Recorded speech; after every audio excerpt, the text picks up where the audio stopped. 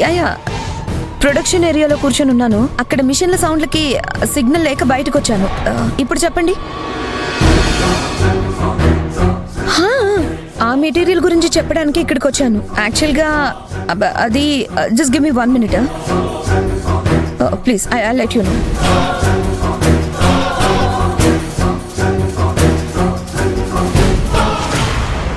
ఏమ్మా ఆనంది, రేపు నువ్వు వస్తున్నావుగా?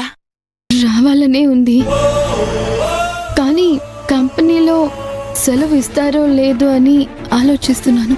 మహేష్ని నేను అడుగుతానమ్మా. అక్క పెళ్లి కూడా ఉంది. అదే, అందుకే మహేష్తో మాట్లాడతానని చెబుతున్నాను. వద్దు, నా ఆరోగ్యం బాగానే ఉంది.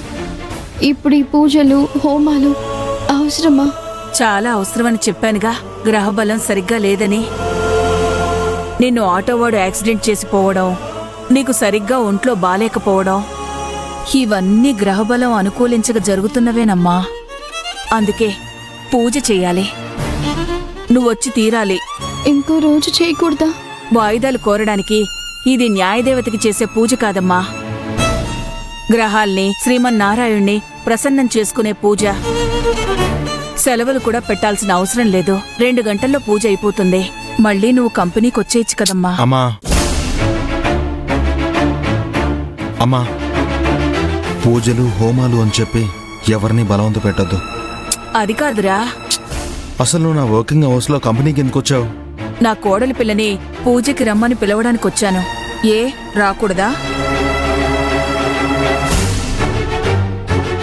ఆవిడ గారు మనం పిలిచినా రారు.